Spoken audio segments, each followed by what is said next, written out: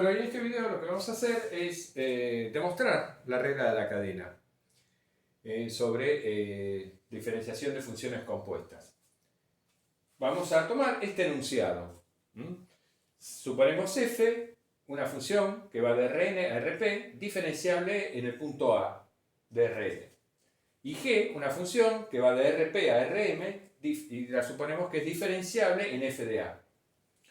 Entonces la composición G compuesta con F, que está definida, porque el dominio de G es el conjunto de llegada de F, esta composición que va de Rn a Rm también resulta diferenciable en el punto A. Es diferenciable en el punto A y la matriz jacobiana de la composición G compuesta con F en el punto A es el producto de la matriz jacobiana de G en F de A por la matriz jacobiana de F en A.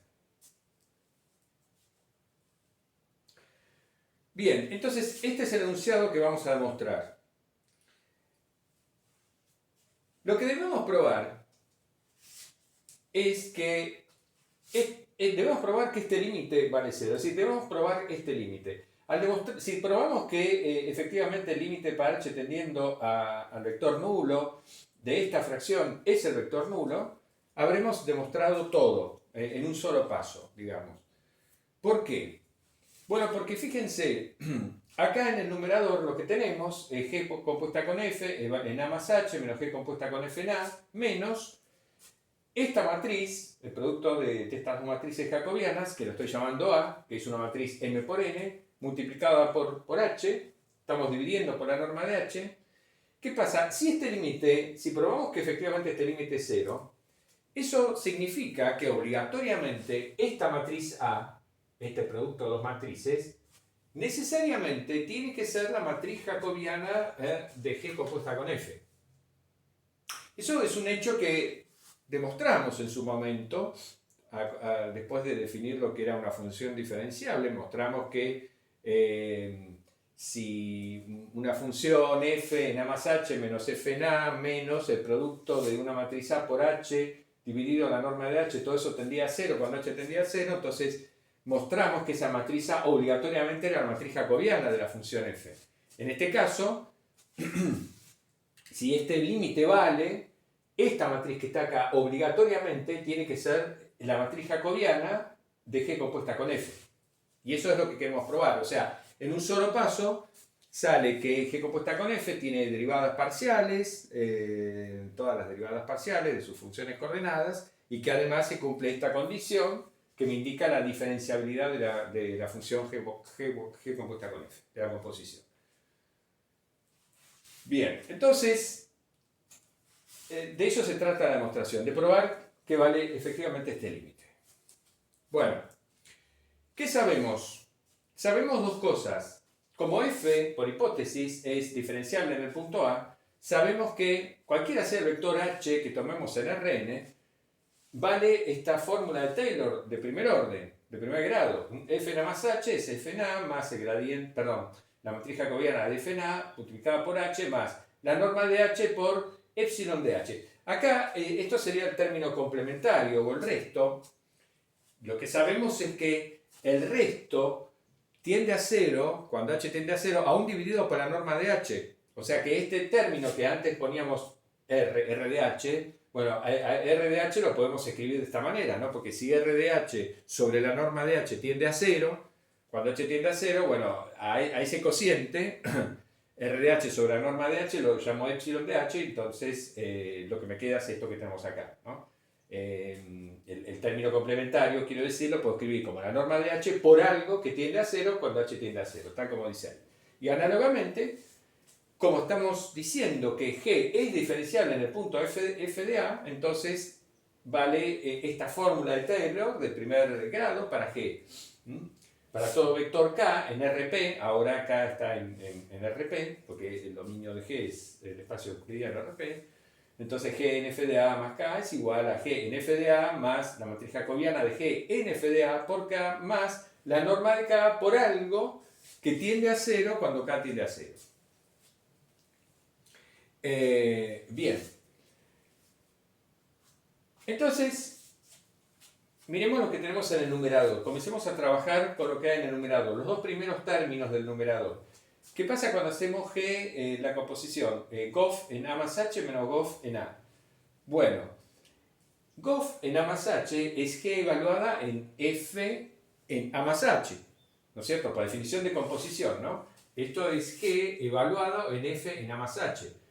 Reemplazamos F en A más H por esto que tenemos acá y entonces Gof en A más H lo puedo escribir de esta manera. Es esto, ¿no es cierto? Porque esto sería F en A más H. Le restamos Gof en A, que es esto que tenemos ahí, y entonces esto resulta ser igual a, fíjense, la suma de estos dos términos es un vector que está en RP, el producto de la matriz jacobiana de F en A por H más esto.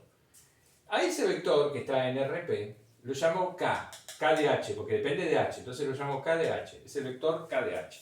Bien, entonces, lo que hago ahora es decir, acá lo que tengo es G evaluada en el punto F de A más este vector K de H. Entonces uso esto que tenemos acá. Y entonces G evaluado en F de A más K de H es igual a G evaluado en F de A más la matriz jacobiana de G en F de A por K de H más la norma de K de H por gamma de K de H, ¿no? Tal como lo que tenemos acá, exactamente, reemplazando K por K de H. Y restamos ese término que da igual, G en F de A. Bueno, este primer término se cancela con este porque es el mismo, y entonces lo que nos queda es la matriz de G en F de A, la matriz jacobiana de G en F de A por K de H, más la norma de K de H por gamma de K de H. Y todo eso vale para cualquier H en Rn.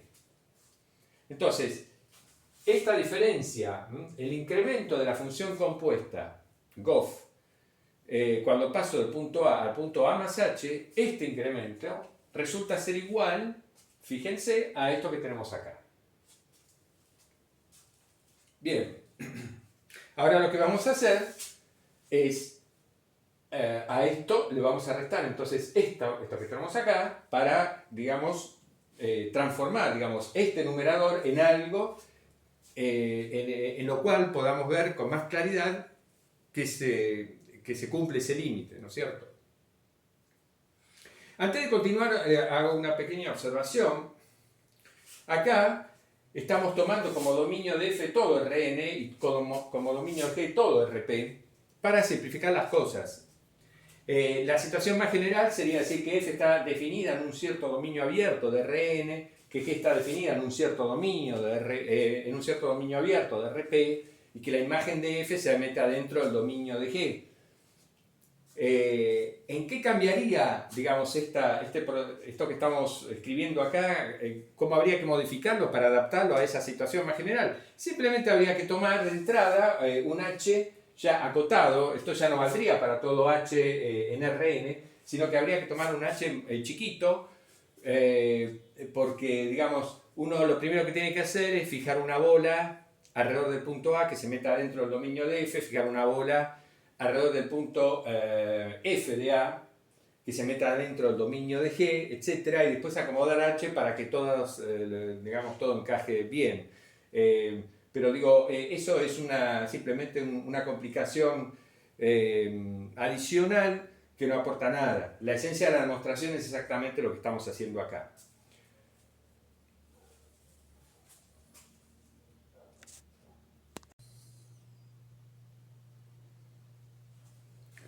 Bueno, escribamos ahora entonces el numerador de la fracción cuyo límite queremos probar que vale 0 cuando h tiende a 0, ¿no? Era el numerador, Gof en A más H menos Gof en A menos la matriz jacobiana de G en F de A por la matriz jacobiana de F en A por H. ¿Cómo nos queda? Bueno, este incremento de la función compuesta a pasar de A más H ya vimos que resulta ser igual a esto que tenemos acá, en la pizarra anterior. Lo escribimos, fue lo último, ¿no? Lo último que pusimos en la pizarra anterior. Entonces, donde KDH estaba definido de esta forma.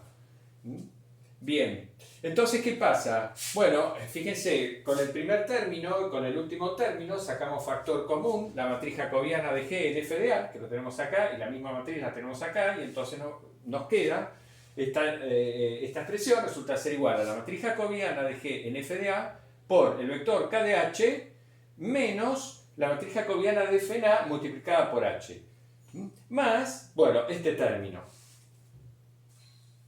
Ahora, como k de h está definida de esta forma, entonces cuando le restamos el producto de la matriz jacobiana de f en A por h, lo que nos queda es este término que queda acá, que tenemos ahí, es decir, nos queda la norma de h por epsilon de h. O sea, este corchete resulta ser igual a esto. Bueno, más el otro término queda igual. Bueno, muy bien, entonces el numerador de la fracción, cuyo límite queremos ver que es 0, resulta ser igual a esto, o lo podemos escribir así, o lo hemos transformado en esta expresión. Tomemos ahora entonces la norma en Rm, porque observemos que todo esto está en Rm, es un vector en Rm. Bueno, tomamos la norma en Rm entonces de este numerador. Esa norma va a ser igual a la norma de esto. Y usamos la desigualdad triangular. Va a ser menor o igual a la suma de la norma de este término más la norma de este término. Bien, ahora, la norma de este término, fíjense, acá tenemos un escalar, sale afuera de la norma tal cual como está, que es la norma de h, norma en Rn. Y después lo que nos queda entonces es la norma en Rm, ¿no?, de la matriz jacobiana de G en f de A multiplicando a epsilon de h. Más, bueno, la norma de esto, que es, ¿qué pasa acá? Bueno, la norma de k de h, fíjese, siendo k de h igual a esto, al tomar la norma acá, lo que hicimos es aplicar la desigualdad triangular a su vez para acotar la norma de k de h. La norma de k de h queda acotada por la norma de la matriz jacobiana de f en A por h más la norma de h por la norma de epsilon h. ¿Qué es lo que tenemos acá? Este paréntesis es una cota superior para la norma de k de h, usando la desigualdad triangular para k de h, digamos, para la definición, ¿no? Mejor dicho, para el segundo miembro, ¿no? Acá la norma de k de h es igual a la norma de esta suma, bueno, pero es menor o igual a la suma de las normas, bueno, es lo que tenemos acá, es lo que hemos dicho ahí. Bien, esto lo dejamos igual, bueno, queda la norma en Rm de gamma en k de h, y ahora decimos lo siguiente, toda esta suma la podemos acotar por esta expresión, donde acá m y n son constantes positivas. A ver, lo que vamos a usar, lo que usamos, mejor dicho, para esta desigualdad, para poner estas constantes m y n, es el hecho de que si yo tomo una matriz A cualquiera, rectangular, cualquier matriz A, m por n, y tomo un vector x en Rn cualquiera, la norma de A por X, ahora A por X va a ser un vector en Rm, ¿no? En estas condiciones, A por X va a ser un vector en Rm. Bueno, la norma de A por X siempre está acotada por esta constante, que depende únicamente de la matriz A, por la norma de X. La norma de A por X en Rm está acotada por esta constante, por la norma de X en Rm. Es fácil de ver eso. De hecho, es una desigualdad o una acotación que ya utilizamos, creo que cuando demostramos que toda función diferenciable es continua. Entonces, ¿esto qué me está diciendo? En definitiva, me está diciendo que la norma de A por X es menor o igual a una constante por la norma de X. Siempre, cualquiera sea la matriz A. La constante depende solamente de la matriz A. Entonces, esta norma, fíjense, la norma de la matriz jacobiana de G en f de A por este vector va a ser menor o igual a una constante m por la norma de epsilon de h, ¿no? Y acá está, bueno, la norma de h estaba aparte, pero digamos, esta norma es menor o igual al producto de m por esta norma.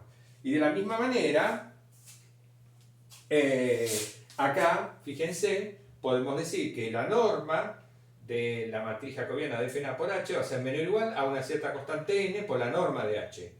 Bueno, después distribuimos este factor en esta suma, dentro del paréntesis, y entonces, en definitiva, llegamos a esta acotación, digamos. El numerador en norma, la norma del numerador nos va a quedar acotado por este término, más este, más este. ¿Qué pasa? Acá lo importante es que en los tres términos aparece multiplicando la norma de h. Eso es lo importante. Conseguimos que aparezca la norma de h en los tres términos. ¿Por qué eso es importante? Porque yo ahora lo que voy a hacer, a renglón seguido, es dividir por la norma de h esta norma. Yo lo que quiero ver es que esto dividido por la norma de h tiende a 0 cuando h tiende a 0. Pero ¿qué pasa? Cuando yo divida esto por la norma de h, va a resultar ser, tomando un h, digamos, no nulo, va a resultar ser menor o igual, y acá ¿qué nos va a quedar? La constante n, perdón, nos va a quedar la constante m por la norma de epsilon de h, más la constante n por esta norma, más la norma de epsilon de h por esta norma. ¿Qué pasa? Cuando h tiende a 0, o sea, olvidemos, supongamos que ya hicimos la división por h, entonces no aparece la norma, supongamos que ya hicimos la división por la norma de h, entonces no aparece la norma de h ni acá, ni acá, ni acá. Pero lo que queda, cuando h tiende a 0, tiende a 0. ¿Por qué? N es una constante. Esto tiende a 0 cuando h tiende a 0. Ya lo sabemos, ¿no? Porque justamente es parte del término complementario en el desarrollo de f, de Taylor, de primer grado. Ya sabemos que esto tiende a 0. También sabemos que cuando h tiende a 0, k de h tiende a 0, porque lo vemos acá. Si h tiende a 0, k de h, que está definida así, obviamente tiende a 0. Pues esto va a tender a 0, va a tender al vector nulo, quiere decir, ¿no? Esto va a tener al vector nulo y esto también, obviamente. Entonces, cuando h tiende al vector nulo, k de h tiende al vector nulo, y entonces gamma en k de h también tiende al vector nulo. Porque sabemos que gamma de k tiende a 0 al vector nulo cuando k tiende al vector nulo. Entonces, esto también va a tender a 0. Esta norma también va a tender a 0 cuando h tiende a 0. Y acá nos va a quedar pronto estas dos cosas, ambos factores tienden a 0 cuando h tiende a 0. En definitiva, llegamos a esta acotación, no hace falta borrar y escribir de vuelta, digamos, nos damos cuenta de que al dividir por la norma de h, esta norma, vemos que efectivamente la fracción, el cociente que escribimos al comienzo, realmente tiende a 0, tiende al vector nulo, digamos el cociente, cuando h tiende a 0. Y eso demuestra lo que queríamos probar, justamente. Y concluye entonces la demostración del teorema.